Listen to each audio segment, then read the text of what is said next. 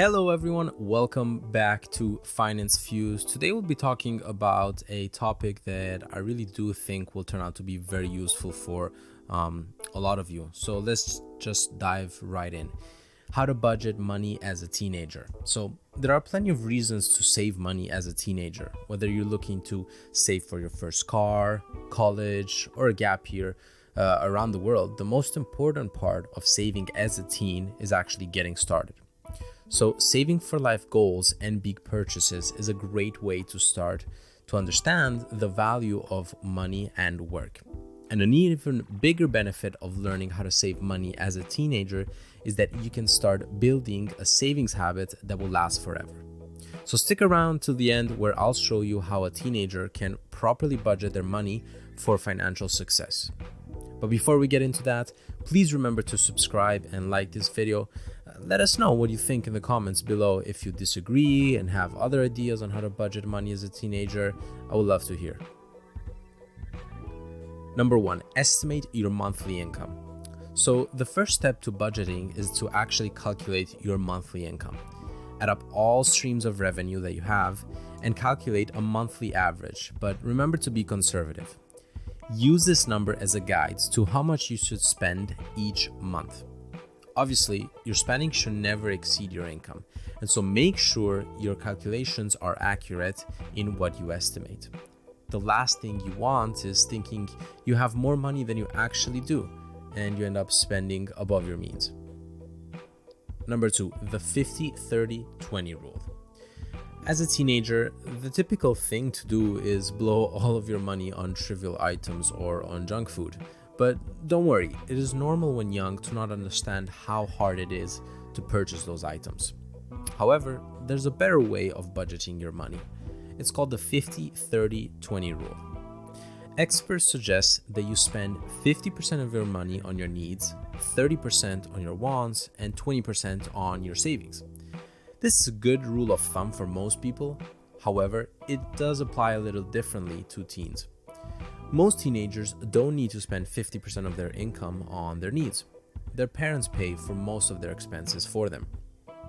Thus, if you focus mainly on your wants and savings, you'll be able to more effectively save up for big trips or expenses. So in this case, I would recommend you save 70% of your money and spend 30% on your wants. This will allow you to budget for future expenses that will bring more joy in your life. Number 3, come up with spending categories. Once you have your estimates for what you should be spending on your needs, wants, and savings each month, come up with spending categories on things that you regularly spend money on, such as clothes, food, gas, gifts, bills, etc. The important thing to imagine when budgeting is that each spending category fund that you have is its own separate bank account. You never want to spend more than what is inside that account. For example, if you have $200 in your clothes fund, you shouldn't go and spend $80 on shoes and $140 on some new pairs of jeans, because that would equal to $220.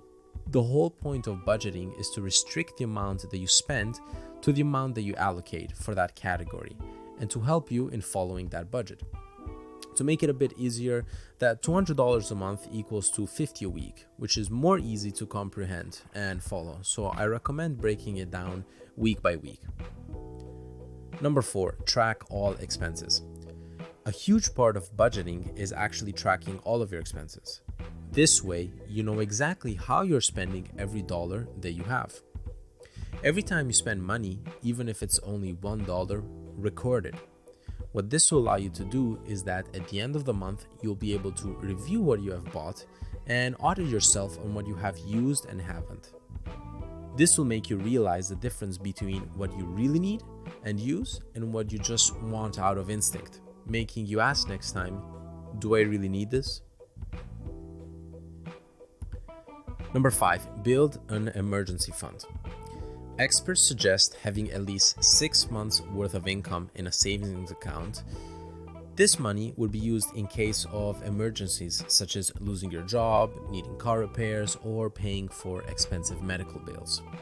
If you made $500 a month, then you should have $3,000 in an emergency fund account. If you're saving 70% of your income, like I suggest, then you'll be depositing about $350 a month into savings. When you're savings, think about having multiple imaginary savings accounts inside your savings account. This will allow you to better understand how you're saving and where everything is going into your account. Number 6, keep track of total assets. I'd also recommend keeping track of your total assets.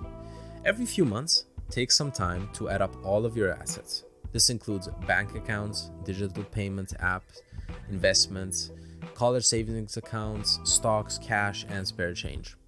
Add all of this up and get a rough idea of how much total money you have.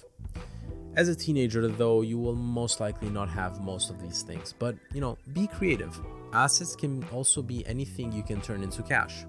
When I was a teenager, for example, I just started selling pretty much everything I could get my hands on around the house that had no more use for us.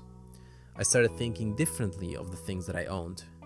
That iPod wasn't just a device anymore, but it was an asset, something that had monetary value that I could sell when I had no more use for it. So check everything that you own and see what it could be worth in cash. I recommend using eBay or Facebook Marketplace to liquidate the stuff that you own. At the end of the day, budgeting is difficult for everyone, but especially for teenagers, because we have such a short-term view of money. We cannot see how by saving it, we can reap more of it in the future. So in conclusion, make a list and track your income and expenses, and make sure to save a percentage of your money from when you will want something new that you really need. Alright guys, that's all for the video today. Thank you for joining me one more time. I really appreciate that. Let me know in the comments what you think. Do you have other ideas? Do you have your own ways in which you budget money as a teenager?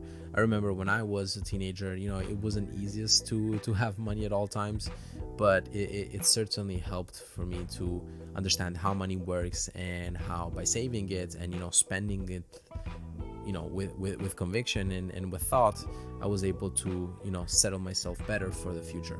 So again, let me know in the comments. Please like this video, subscribe, and hit that bell, and let me know what you think. And once again, thank you for joining Finance Fuse. I'll see you in the next video.